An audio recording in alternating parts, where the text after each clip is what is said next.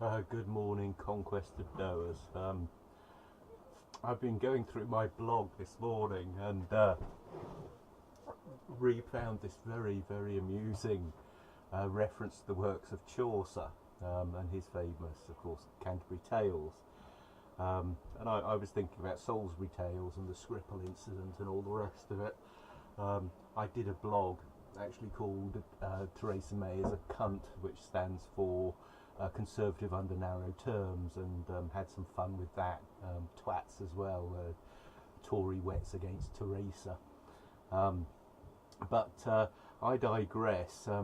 What I wanted to do was do a reading of this Skeptical Humanities post, which truly is hilarious. I mean, I read it several years ago and just refound it. It was published first in 2000 at the same time as I blogged a post called Mighty Oaks from Little Acorns, and Chaucer has a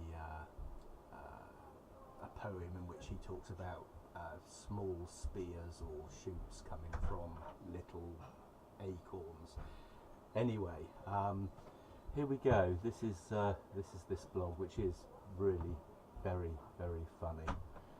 Chaucer's Cunt. Chaucer's Cunt. Now that I have your attention, I regret to inform you that he didn't have one.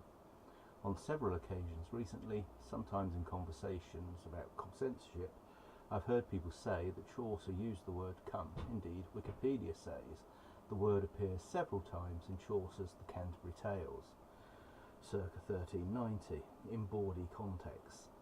But it does not appear to be considered obscene at this point, since it is used openly. Similarly, Rational Wiki proclaims that Chaucer used the word unblushingly in his Canterbury Tales.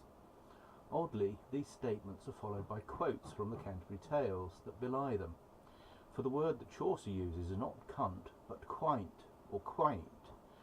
As a noun, literally means a clever or curious device or ornament, Middle English Dictionary, or an elegant, pleasing thing, Riverside Chaucer. When used to refer to a woman's genitalia, it is both a euphemism and a pun. Chaucer uses quaint several times in his earthier tales. The Miller's Tale is a fabliau about a carpenter, his much younger wife, a young Oxford clerk who is lodging with them, and another clerk who is somewhat squeamish about farting. Both clerks have not reciprocates the lodger's lust. The tale involves adultery, farting, pissing, a badly misplaced kiss, a burning poker in a very sensitive area, and a fake deluge. One day, when the carpenter is away, the lodger, Nicholas, begins to rage and play with Alison, the young wife, and as clerk spin full subtile and full quaint, and privately he caught higher by the quaint, and say, but if ich have me willy, for dear love of the lemony speely. That's my approximation of Middle English. Lord knows what it really sounded like. As clerks are very ingenious and clever, and discreetly he caught her by the pleasing thing, and said, indeed, unless I have my will, I will die for secret love of you, my dear. Chaucer uses quaint in The Wife of Bath's prologue. In lecturing one of her husbands, she says that as long as he has had enough of what he wants, he shouldn't care what other folks get. For certain, old dotard, by your leave, ye shall have quite right enough at eve.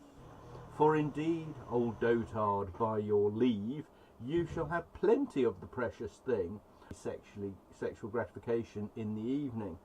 Later, she asks, what aileth thou to grouch thus and gone? Is it for ye wold have my quaint alone? What ails you to complain and groan so? Is it because you alone would have my precious thing? One of the manuscripts, Cambridge University Library 23.26, does read cunt in this passage. A few lines later, she refers to her favourite body part as her belle chose, lovely thing. Cunt, like many naughty words for body parts and bodily functions, probably has its origins in Old English. It certainly has cognates in other medieval Germanic languages such as Old Norse, kunta, and Old Frisian, Middle Low German and Middle Dutch, kunte, Oxford English Dictionary. There are no known instances of it in Old English. However, James MacDonald, in the Wordsworth Dictionary of Obscenity and Taboo, suggests that it may be related to Old English synd, which means origin, generation, birth, kind, offspring, and can also mean genitalia, Concise Anglo-Saxon Dictionary. According to the Oxford English Dictionary, the earliest use of cunt is in the street name Grope Cunt Lane, circa 1230. The earliest instance of cunt used to refer to the vagina comes from around 1325, OED, MED.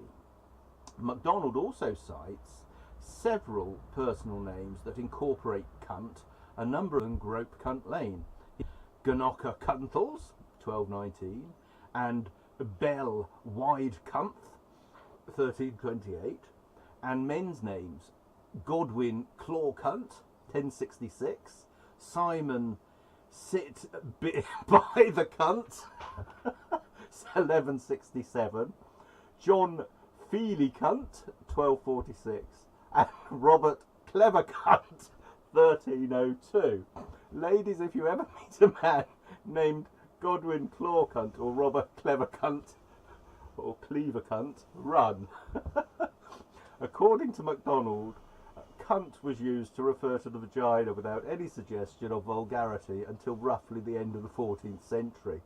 Chaucer, who died in, was therefore when cunts were disappearing from polite society. Consequently, he hinted at the word without actually using it.